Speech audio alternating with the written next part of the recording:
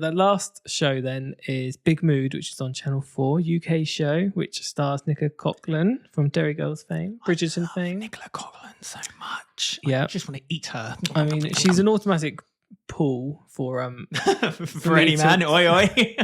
For any gay man, she's an automatic pull. She loves the gays. She's an automatic, but if she's in a project, I kind of just like, well, I'm watching it, and that's the way it is. And usually, it's really good. She's hosting Saturday Night Live this weekend, so as this comes out, she would have hosted it. And I'm going to say, she did a great job.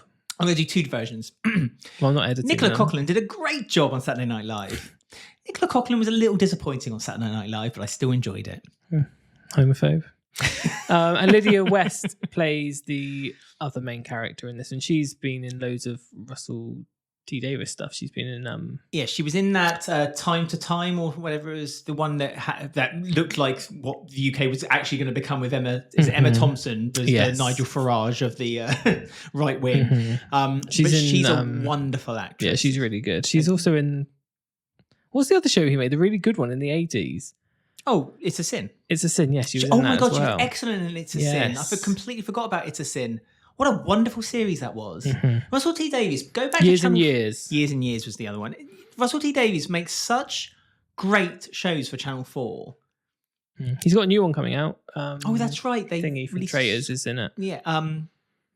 Alan Cumming. Yeah. I can't remember any names. We've just had lunch and I feel tired and full up. So my brain's not really... And we had some birthday cake to celebrate my birthday. That's right. So I can't think of names today. So yeah, Big Mood Series 2. Series 1 was really good. It came out 2 years ago, I think. And it was the main character, who Nicola Coughlan plays, Maggie. She suffers with bipolar disorder and she's sort of self-medicating in series 1 on lithium, and it begins with kind of her. It's kind of you're watching her live her life how she thinks she's living it, and then at the very end of either episode 1 or 2, this isn't a spoiler.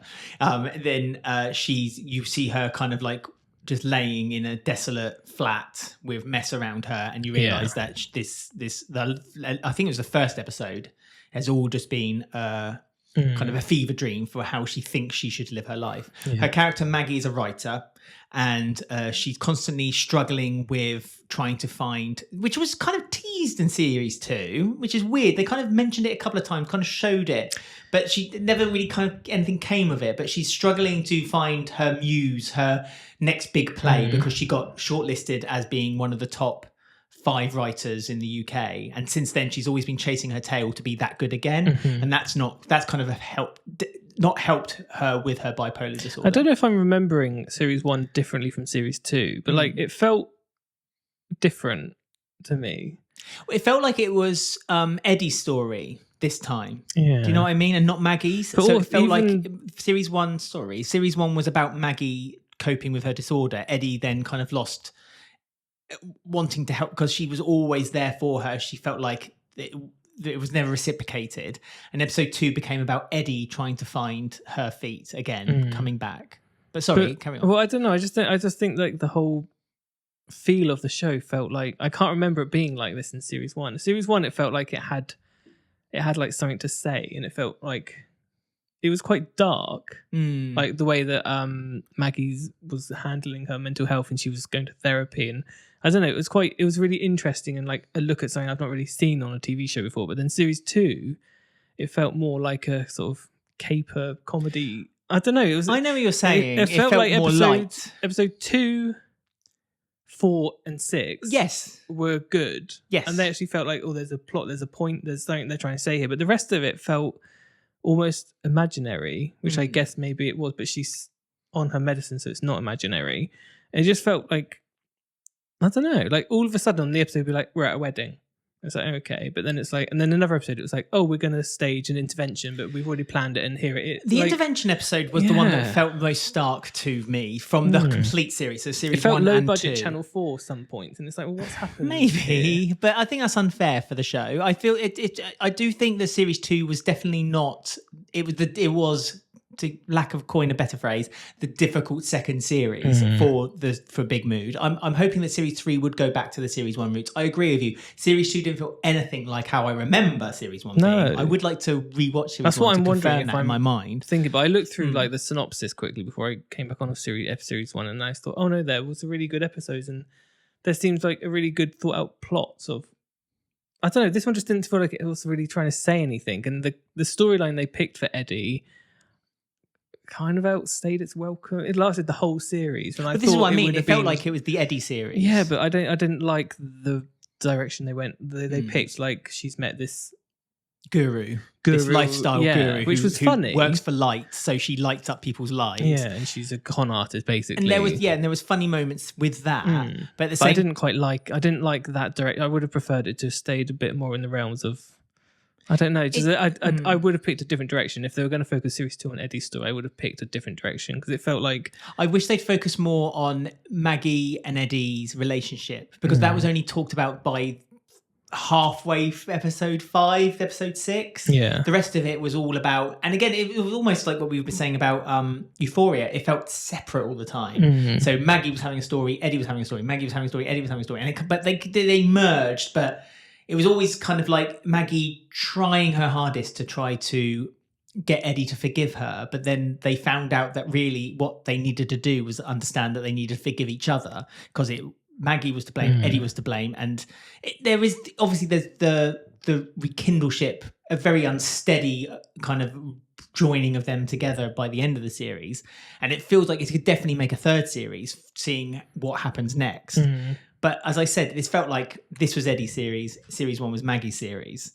It was a bit like This Country. But even if you know what I mean? Yeah, I do get that. But even if you look at it, it's like, was it really Eddie's series? Because what did she like? Her story that should have lasted 3 episodes. But Maggie's didn't grow. I think it should have ended in episode 3. They should have found out, and then the last 3 episodes could have been more normal. I didn't like how that funny story stayed. It didn't seem believable that the character of Eddie would just accept all this. I don't know. I think she was didn't quite feel right for me. That none of it. I know what you're saying. I think it was explained, or it kind of was hinted that the reason why Eddie kind of did accept all this was because she was blind to being ultimately conned, because she had lost all of her friendship group. Everyone that she knew had gone.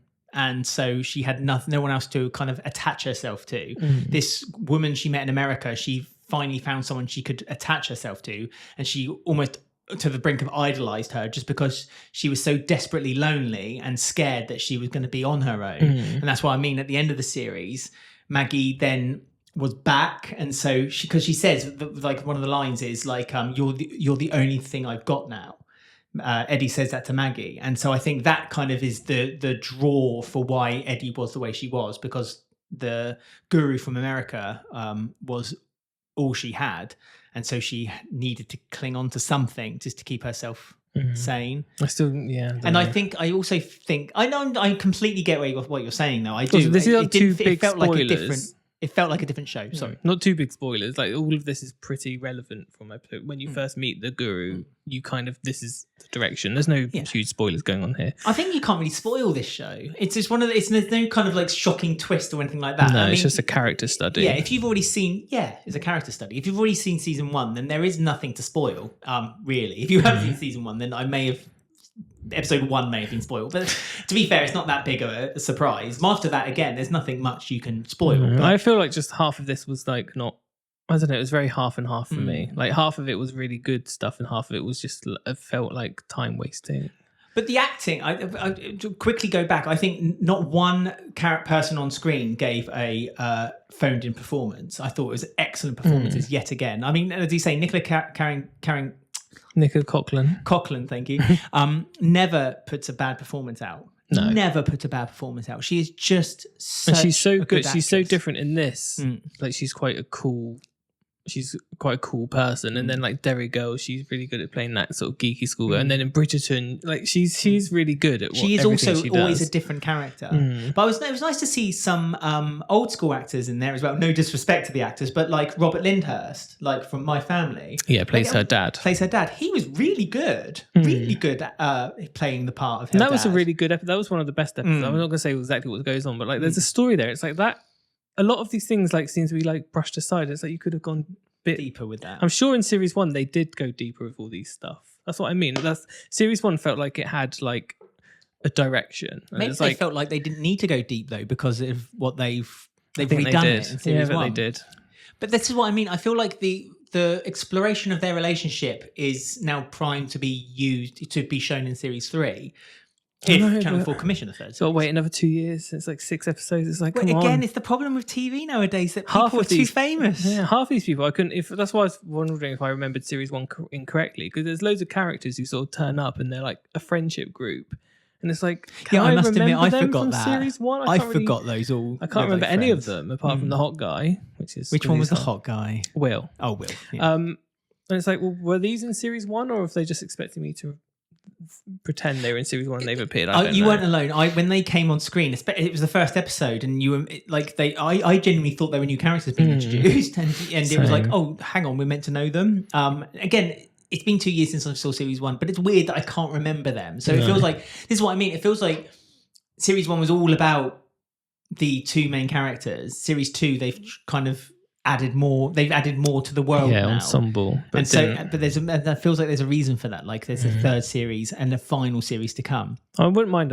another series, but like it doesn't need to take 2 years. It's 6.5 episodes. Just come on. No, but a few sets. People are busy. People have other things to do. Nicola Coughlan can do Saturday Night Live. You can do a series of this. But they released this series, the original series, almost like a month after Big Boys came out, and it was clear that what Channel 4 saw this as being is the replacement female perspective of Big Boys.